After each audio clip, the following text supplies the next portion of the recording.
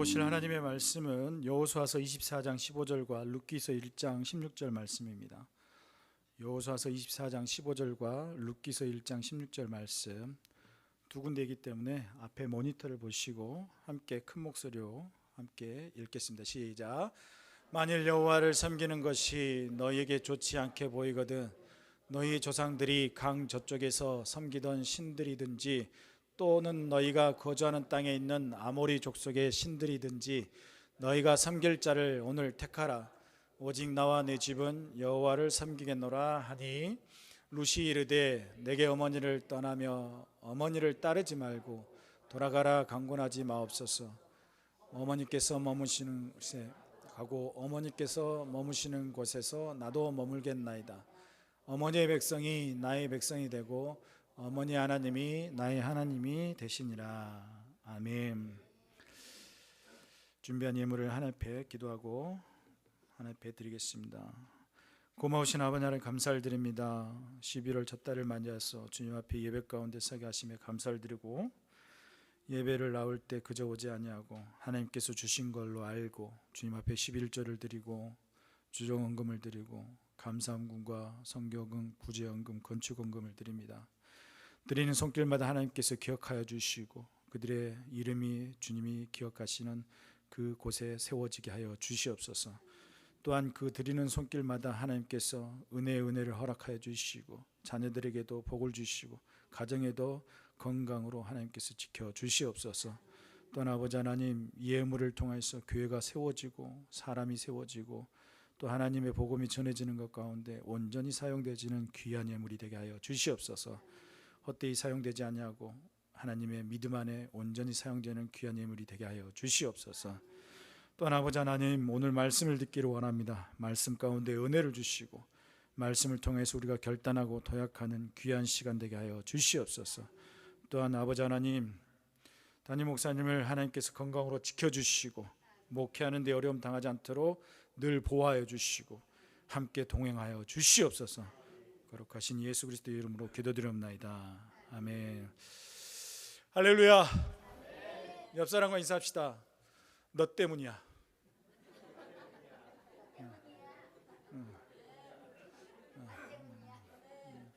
참 의미심장한 내용입니다. 너 때문에 잘 되는 것 같기도 하고 너 때문에 안 되는 것 같기도 하고 참 의미가 심장한 말이 있습니다.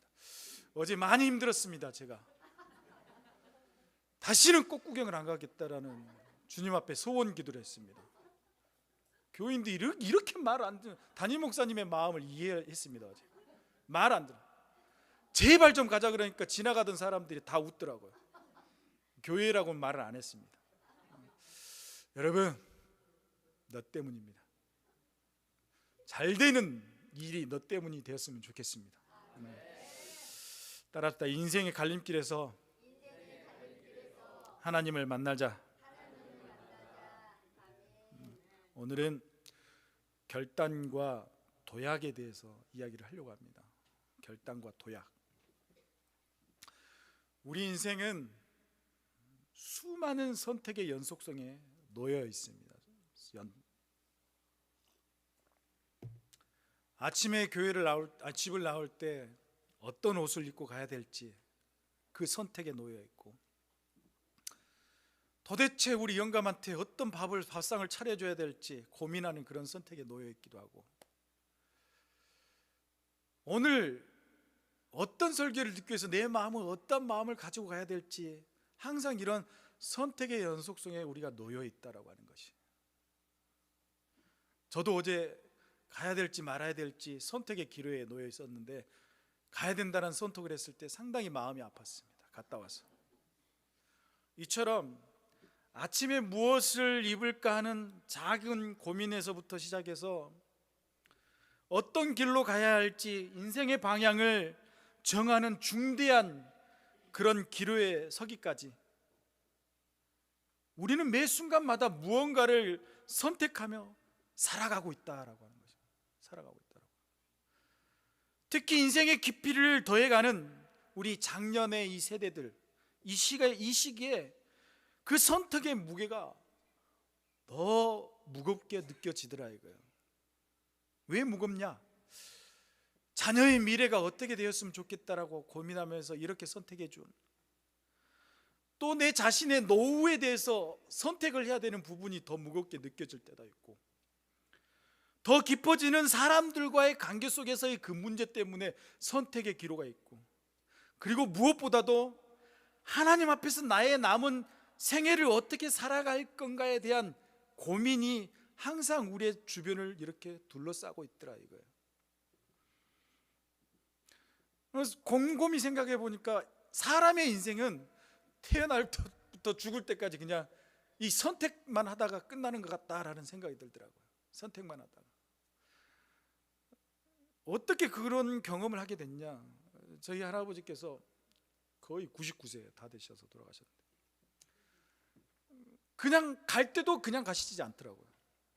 갈 때 나에게는 어떤 옷을 이렇게 입혀주고, 어떤 관을 준비해주고, 어디 장지에 묻어주고, 임종하는 그날까지 선택하시더라고요. 오늘 우리가 함께 나눌 오늘 말씀 주제가 뭐냐면 바로 결단과 도약. 결단.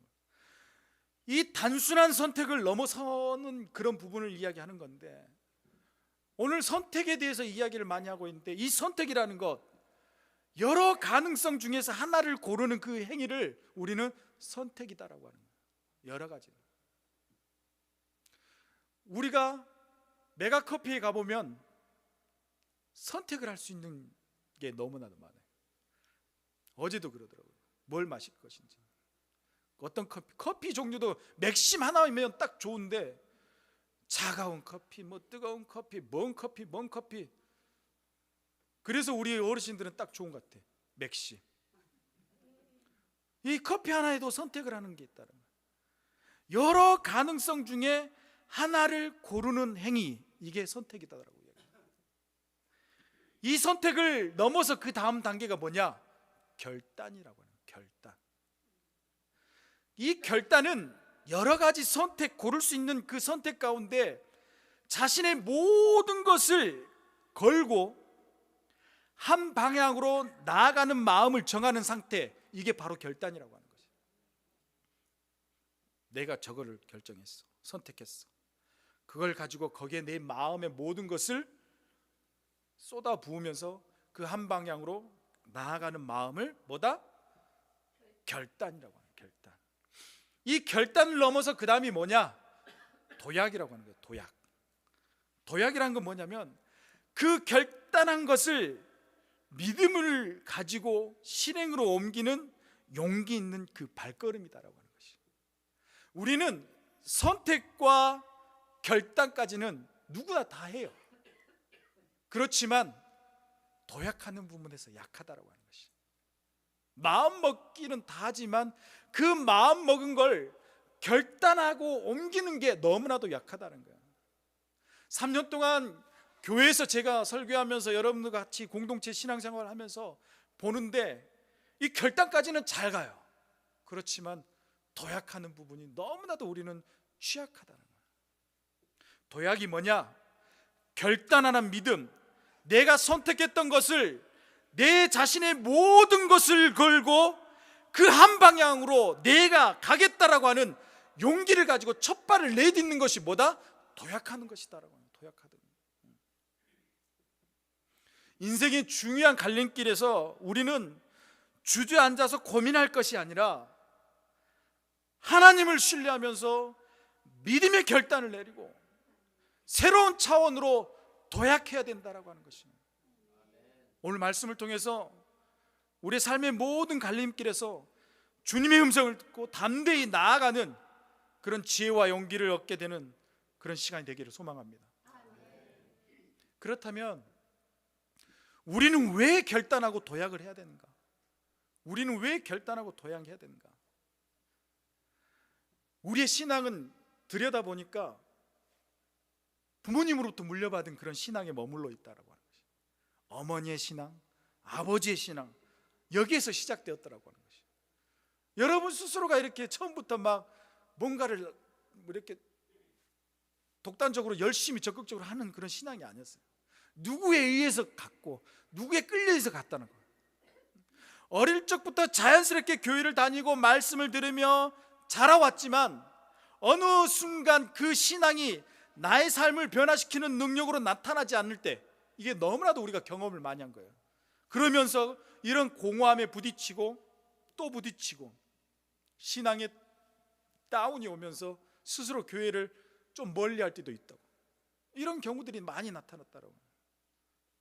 이는 물려받은 신앙이 그냥 물려받은 신앙으로 멈춰 있기 때문에 그러한 경우들이 많이 나타나요. 물려받은 신앙이 나의 체험적인 신앙으로 변화되는 과정에서 자연스럽게 겪게 되는 그런 성장통이다라고 하는, 성장통. 김지철 목사님께서 그런 이야기를 했습니다. 신앙의 결단과 도약에 대해서 이야기하는데, 자녀들이 부모의 신앙에서 자신의 신앙으로 바뀌어야 된다라고. 부모의 신앙에서 누구의 신앙으로? 내 신앙으로 바뀌어야 된다라고. 3인칭의 신앙, 그 하나님이 아니라 2인칭의 신앙으로 나의 하나님으로 바뀌어야 된다라고. 부모님의 하나님이 아니라, 아버지 하나님이 아니라, 어머님의 하나님이 아니라 나의 하나님의 신앙으로 바뀌어야 된다라고 이야기하는 것입니다.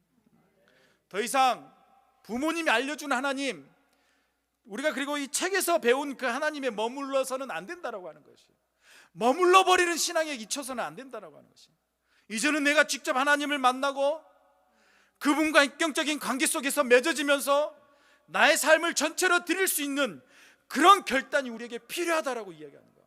결단이 필요합니다. 부모님 이 테두리 안에서 벗어나는 게 쉽지가 않아요. 어려워요. 별의별 생각이 다 들어요. 특히 우리 젊은 세대들, 부모님을 떠나서 이제 내가 뭐 새로운 집을 얻어야 되고 뭐 별의별 걸 다 준비해야 되고 힘들어요. 그럼에도 불구하고 오늘 하는 말이 뭐냐면, 내 스스로가 인격적인 하나님을 만나서 나의 신앙을 만들어가는 그런 결단이 필요하다라고 이야기를 하고 있습니다. 이 결단을 통해서 우리의 신앙은 비로소 살아 움직이는 능력이 될 것이고, 더 나아가서 어떤 인생에 있어서 폭풍 속에 흔들리는 그 모든 것을 만나더라도 굳건하게 반석해서 그 문제점을 해결할 수 있는 그 신앙이 되어질 것입니다. 이 도약 없이는 신앙은 그저 종교적인 습관에 머무를 수밖에 없어요. 어리숙한 신앙에 머무를 수밖에 없어요. 그러면 오늘 왜 우리가 이렇게 결단하고 도약을 해야 되는가? 나의 신앙을 찾기 위해서. 하나님 간접적인 체험이 아니라 내가 하나님을 직접적인 체험을 통해서 나의 신앙을 찾기 위해서 오늘 우리가 결단하고 도약해야 된다고 하는 것이. 성경에서는 오늘 이 믿음의 선조들에 대해서 이야기를 하는데, 대표적인 사람 3명을 들어서 이야기를 해요. 그 첫 번째가 이 삶에서 하나님 앞에 결단하고 도약했던 참 좋은 인물을 우리에게 이야기를 하고 있어요. 그 사람이 누구냐면 바로 여호수아예요.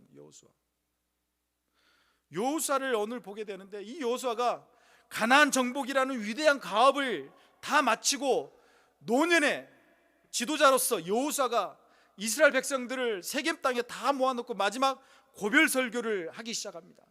고별 설교를 하면서 그는 백성들 앞에서 단호하게 결단의 선포를 하기 시작합니다. 그게 여호수아서 24장 15절 말씀, 우리가 함께 같이 큰 목소리로 읽어봅시다. 시작.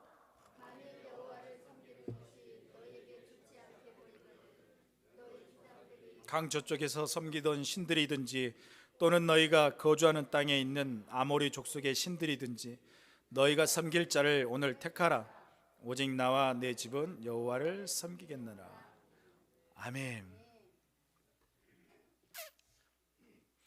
여호수아의 결단을 몇 가지 특징을 들어서 오늘 이야기합니다. 그 첫 번째가 뭐냐면 공적인 선포가 있다라고 해요. 공적인 선포. 그는 자기의 신앙을 마음속에 두지 않고 있어요. 모든 사람들이 세겜 땅에 모였을 때 너네 신앙이 이러한 상태지만, 여호수아가 그 많은 사람들 앞에서 공적으로 자기의 신앙을 선포하는 것을 보게 되어집니다. 그게 뭐냐면, 오직 나와 내 집은 여호와를 섬길 것이다라고요. 여호와를 섬길. 공동체 앞에서 분명하게 자기의 신앙을 드러내는 그런 행위가 있어야 된다라고요. 그런 결단이 있어야 된다라고 하는 것이에요. 그냥 마음속으로 이런 신앙이 머물러서는 안 된다라고 얘기하는 거예요. 마음속에 가다두고 있는 그런 신앙이 되어서는 안 된다라고 하는 거예요. 사랑은 쟁취하는 것이라고 했어요. 그냥 마음속으로 소갈이하고 나 너 좋아하는데 어쩐다, 절대로 사랑 못해요. 신앙생활도 마찬가지입니다. 마음에 두고 있다고 해서 그게 드러나지 않아요. 하나님 앞에, 모든 사람 앞에 공적인 상태에서 나는 하나님이 나를 선택했고 하나님이 나를 그렇게 만들어 갈 것이고 하나님께서 그 위치에 나를 세우셔서 나의 집과 나의 가정과 나의 자녀들과 그 모든 것들이 우리는 여호와를 섬길 때 그 복이 올 거라고 스스로가 선포하는 자들이 돼야 된다고. 여호수아가 두 번째 결단하는 건 뭐냐면 주체적인 결단을 하고 있는 거예요. 주체적인 결단. 다른 사람의 선택에 좌우되지 않는 거예요. 우리 신앙들 보면은 많은 사람들을 따라서 이렇게 다니는 신앙을 보게 돼요. 우리 교회 가니까 좋아. 그래? 그럼 너희 교회 한번 가볼게. 어떤 사람이 우리 교회 점심밥 너무 좋아. 그래? 그 다음 주는 또 그 교회 가. 우리 목사님 좋아. 또 그거. 우리 교회 다음 주에 임영웅이 온대. 그래? 사람들의 이 말 저 말, 이 말 저 말에 대해서 막 따라다니는 그런 선택이 아니라고 이야기하는 거예요. 여호수아는 단호하게 스스로 주체적인 생각을, 결단을 내려요. 나와 내 집, 오직 나와 내 집. 다른 사람이 뭐라 그러든 나와 내 집만큼은 여호와 하나님을 섬기겠다라고 이야기합니다. 이게 필요해요. 자기가 자신의 가정을 나아갈 길을 스스로 정하고 결단하는 그런 믿음의 신앙이 필요하다라고 이야기하는 것이에요. 특히 우리 청년들, 이 주체적인 결단이 필요합니다. 주체적인 결단. 누구 위해서 따라다니는 신앙이 아니라 내 스스로가 체험하고 직접 체험한 그 하나님, 나의 신앙의 하나님을 주체적으로 결단하고 따라가는 그 삶이 필요하다라고 이야기하는 거예요.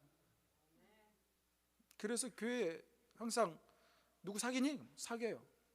교회 다녀 안 다녀? 안 다닌대요. 그럼 헤어져. 목회자들은 그렇게 이야기할 수밖에 없어요. 왜?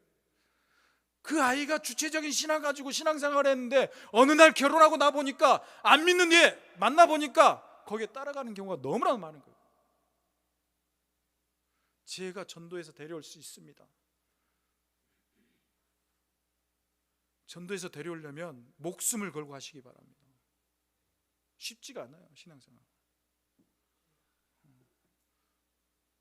여러분의 남편과 아내들도 쉽지 않잖아요, 교회 나오는 게. 그렇지만 그런 결단을 해야 되는 거예요. 세 번째는 이 여호수아가 배타적인 선택을 합니다. 배타적인 선택.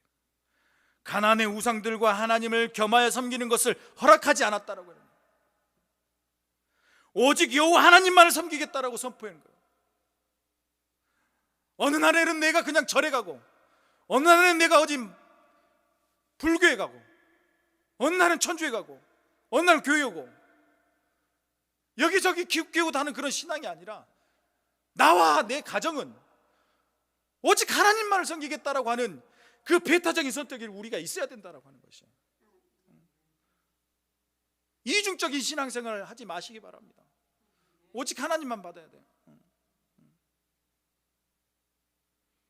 그래야지만이 내 자신도 하나님 앞에 신앙이 제대로 서는 것이고, 내 가정들도 그렇게 서는 것이고, 내가 그렇게 서야지만이 우리 교회가, 우리 공동체가 하나님의 온전히 서 있는 공동체가 될 수 있다라고 하는 것이에요.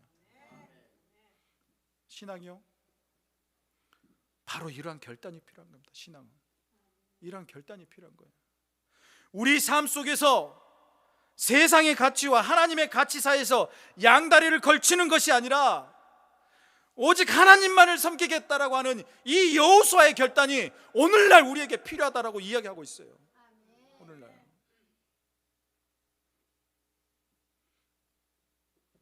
또 한 사람에 대해서 이야기합니다. 그 사람이 누구냐면 룻이에요. 룻. 우리 1장 16절 말씀을 같이 읽겠습니다. 시작.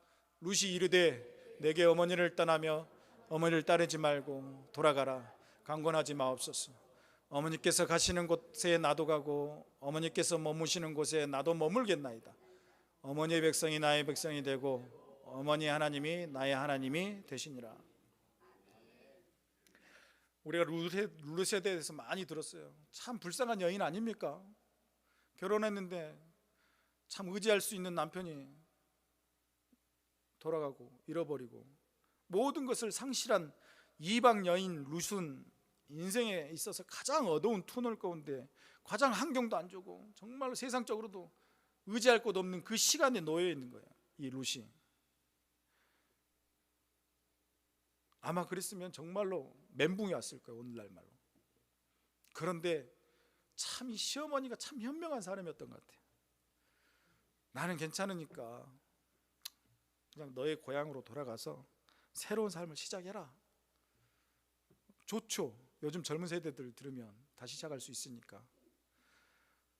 그런데 참 인간적으로 보면 가장 좋은 합리적이고 이 룻한테는 안전적인 그런 선택의 그런 시간이었어요. 그럼에도 불구하고 룻은 이 상식과 이성을 뛰어넘는 믿음의 결단을 하는 것을 오늘 16절을 보면서 우리가 겪게 되어집니다. 룻의 선택은 눈앞의 이익이나 자기가 안정적으로 살 수 있는 것을 따라갔던 여인이 아니에요. 그것은 시어머니와의 관계도 있었고 그리고 그녀를 통해 알게 된 여호와 하나님의 그 향한 전적인 신뢰에 대해서 알고 있었기 때문에 이 룻은 도약하기 시작했다라고 하는 것이에요. 그냥 마음에 머물러 있지 않았고 이 룻은 선택을 해서 발걸음을 내디기 시작했다라는 거예요. 그 도약이 필요하다는 거예요.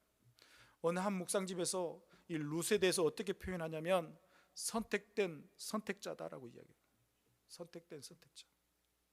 하나님께서 먼저 룻을 선택하셨고 룻 또한 그 부르심에 응답하여서 하나님을 따르는 길을 스스로 선택했다라고 이야기하는 것이에요.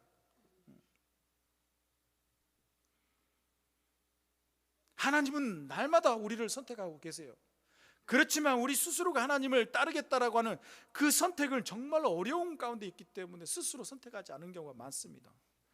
그러나 오늘 여기에 나와 있는 이 룻의 결단은 자신의 모든 과거를 뒤로하고 하나님의 날개 아래서 피하는 위대한 그런 도약을 할 수 있다는 걸 가지고 그 여인은 선택해서 가는 것을 보게 되어집니다. 이 결단을 통해서 룻은 하나님의 축복의 통로가 되어진 것을 우리가 성경을 통해서 보게 되어집니다. 좋은 선택, 결단, 도약이 있다 보니까 우리가 생각하지 못했던 그 축복이 이렇게 오는 거라 우리는 발견하게 되어지더라고요. 보니까 룻은 후대에 보니까 다윗 왕의 증조모가 되더라고요. 얼마나 축복입니까 이게. 여러분, 우리가 좋은 선택을 하고 좋은 결단하고 좋은 도약을 하면 나 때는 아닐 수도 있지만 그 다음 세대일 수도 있어요. 하나님이 축복의 통로로 우리를 세워간다라고 하는 것을 믿으시기 바랍니다. 믿으셔야 돼요. 나 때 안 되니까 그냥 대충 살다가 대충 가야지. 그런 머물러 있는 인생에 있어서는 안 됩니다. 절대로. 마지막으로 우리 한 사람이 있는데 그 사람이 누구냐면 사도 바울입니다. 사도 바울이 9장 5절에서 이렇게 이야기하고 있습니다. 대답하되 주여 누구시니까 이르시되 나는 내가 박해하는 예수다.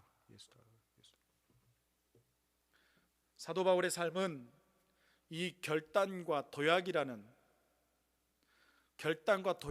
이 내용을 정말로 극적인 변화를 가져올 수 있는 가장 잘 보여주는 인물이에요.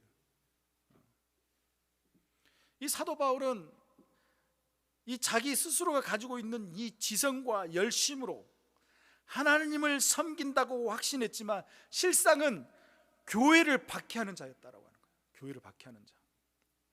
그런 그가 다메섹으로 가는 그 길에서 부활하신 예수님을 만나는 순간 그의 인생이 180도로 전환되는 것을 보게 되어집니다.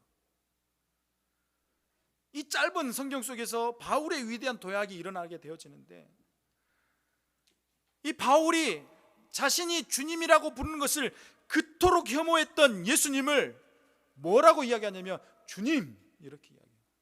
주님, 고백하는 거예요. 바울은 자신의 지성과 의지, 경험, 신념 등 모든 것을 내려놓고 부활하신 예수 그리스도 앞에서 완전히 굴복하는 그런 결단을 하게 되어집니다. 완전히 굴복하는 결단.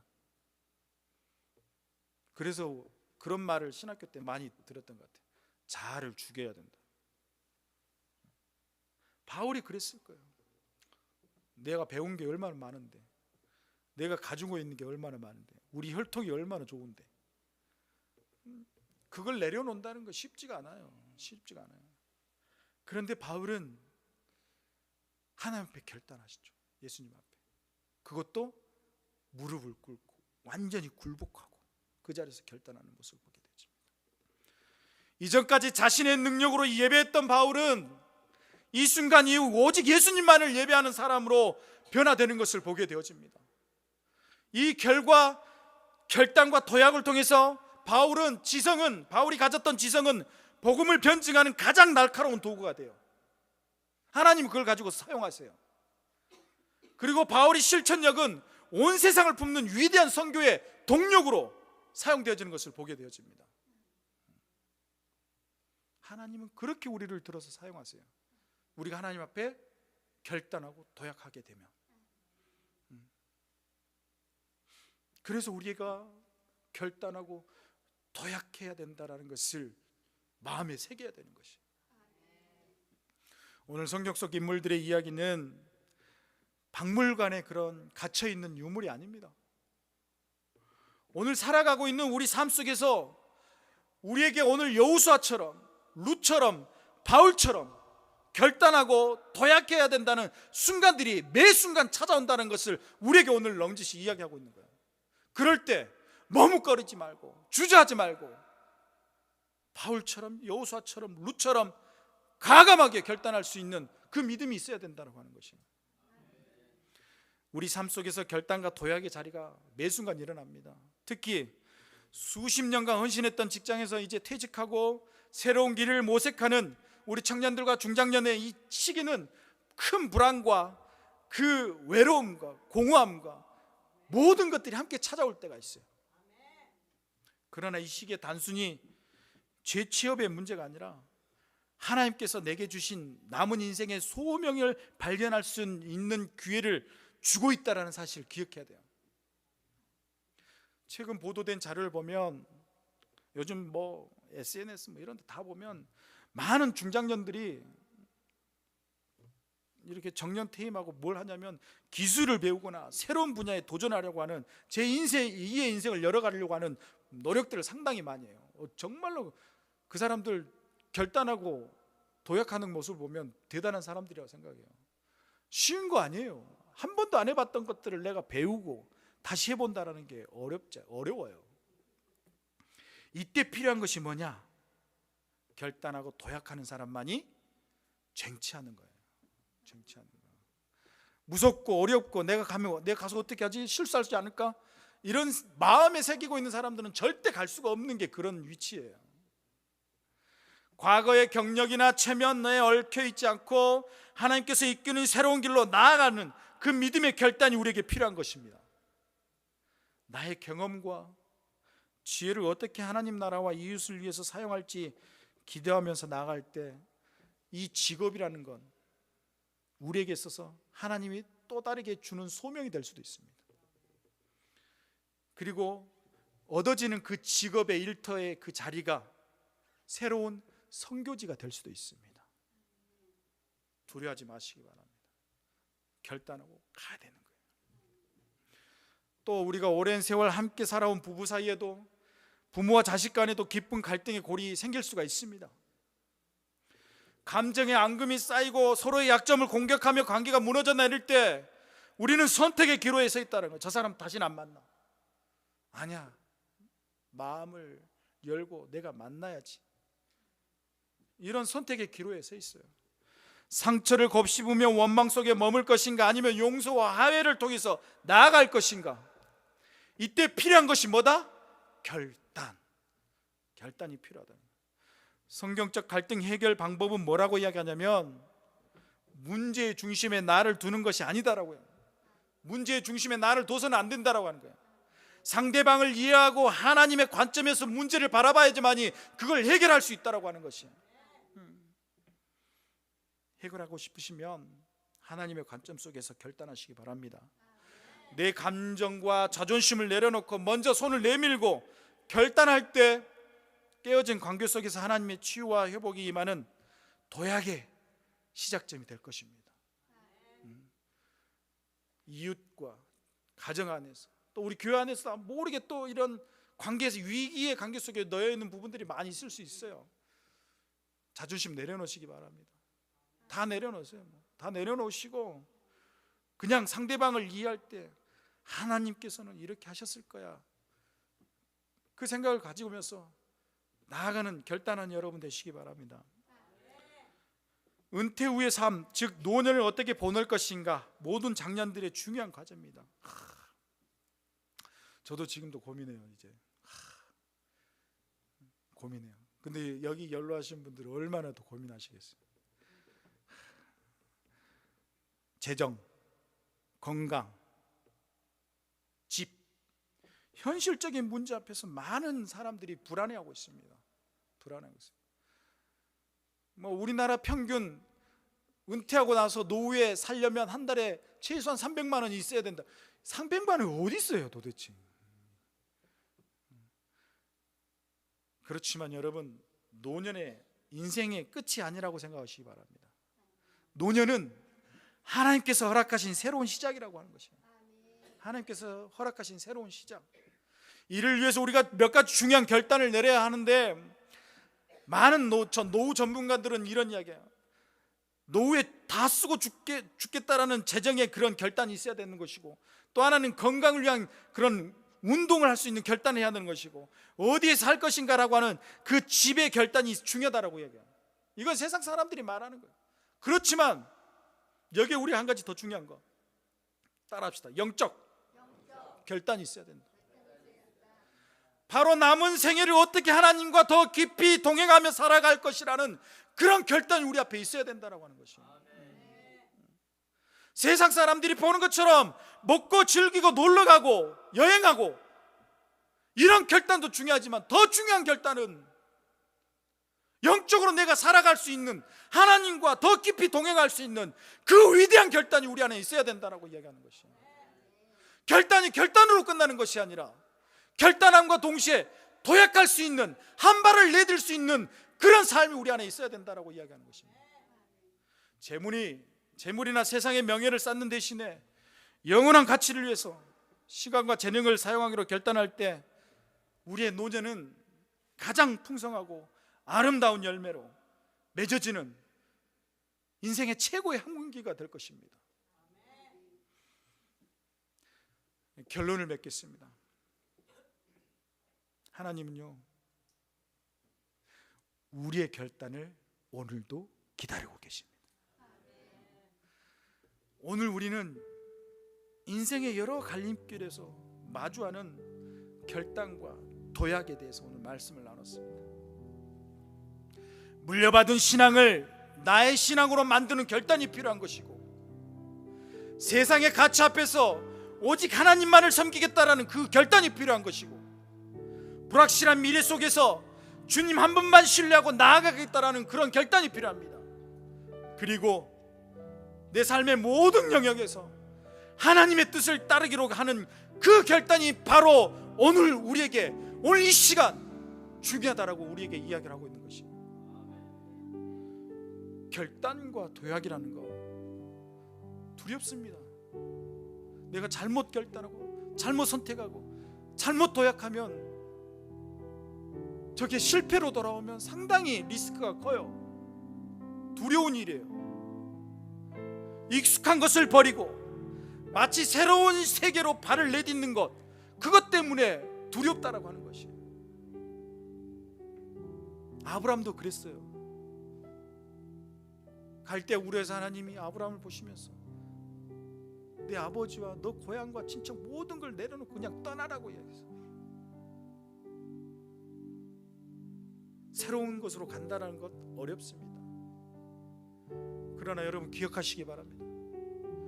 우리가 믿음으로 한 걸음 내딜 때, 내가 지금 한 걸음을 내딛지만 하나님께서는 내가 디디는 그 한 걸음을 보시고 10걸음으로 다가오셔서 우리를 붙드시고 오늘도 인도하기를 원하고 계시다는 것, 그걸 기억하시기 바랍니다. 우리의 결단 홀로 하는 몸부림이 아닙니다. 전능하신 하나님 약속 위에서 서 가는 것입니다.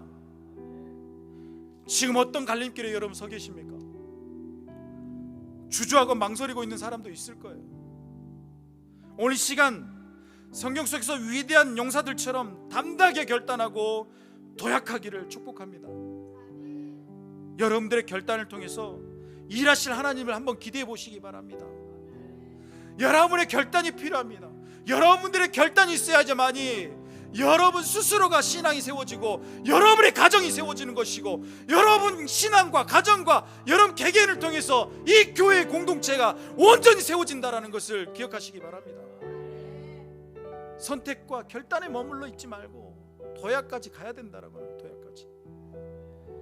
그 믿음의 도약을 통해서 여러분의 삶이 이전과는 비교할 수 없는 새로운 차원의 능력과 은혜로 하나님이 주신 그 은혜로 가득 채워줄 줄로 믿습니다.